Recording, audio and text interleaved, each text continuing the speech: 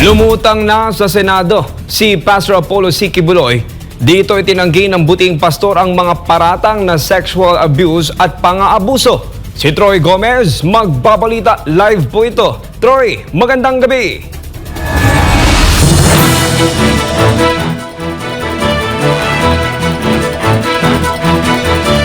Kyle, magandang gabi sa iyo at sa ating mga kapartner. Sa kauna-unang pagkakataon nga ay dumalo na sa pagdinig sa Senado si Pastor Apollo C. Quiboloy at dito niya itinanggi ang mga akusasyon laban sa kanya.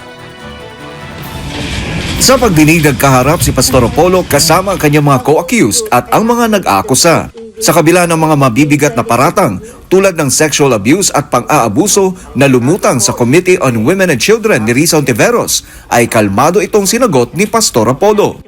Sinexually abuse nyo ba ang mga babae at mga minor de edad? At Wala ginamit nyo ba ang relihiyon para i-sexually abuse Wala sila? pong katotohanan yung kanilang mga sinabi. Kung meron po silang mga charges na kriminal laban sa akin, malaya po silang mag-file ng kaso at doon ko haharapin at sasagutin sa tamang forum. Maging ang aligasyon ng dating kaanib at manggagawa sa KOJC na sina Teresita Valdehuesa at Yulia Titova ay pinabulaanan din ni Pastor Apollo at hinamon din niya ang mga ito na magsampa ng kaso sa korte. Testimonyang iyon. Tinatanggi ko po, wala pong mga katotohanan yung kanilang mga sinasabi, kundi sa aking paningin ay kabaligtaran. Ngunit hinahamon ko po silang mag-file ng kaso sapagkat ito ay mga kriminal na mga allegations. At ito ay para maging fair, ay maghain po sila ng mag-file sila ng kaso laban sa akin o kanino mang kanilang gustong mag-file laban sa mga kingdom na leaders or members, because we are under the law of the Republic. Itinanggi rin ni Pastor Apollo na may pulisya ang KOJC na magpalimos sa mga miyembro nito at maging ang pag-torture sa pamamagitan ng dry fast. Habang hindi naman nagkomento si Pastor Apollo kaugnay sa akusasyong may Angels of Death daw ang KOJC na pilit ding iniuugnay sa Duterte Death Squad.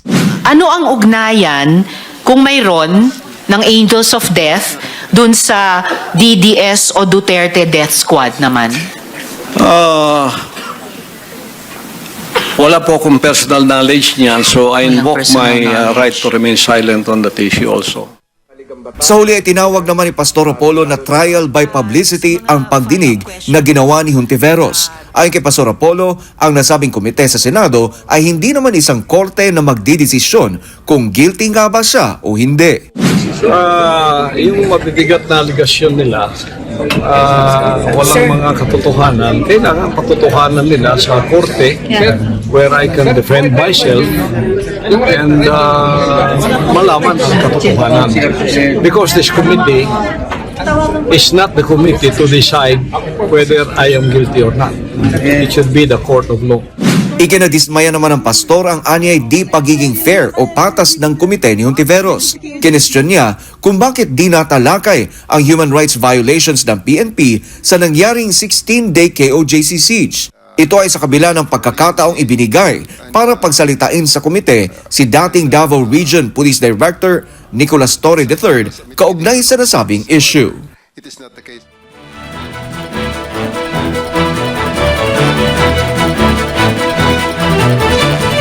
Kyle, it is important to note lang na yung mga lumutang na mga bagong witnesses kanina sa pagdinig sa Senado ay wala naman silang isinampang kaso laban kay Pastor Apollo.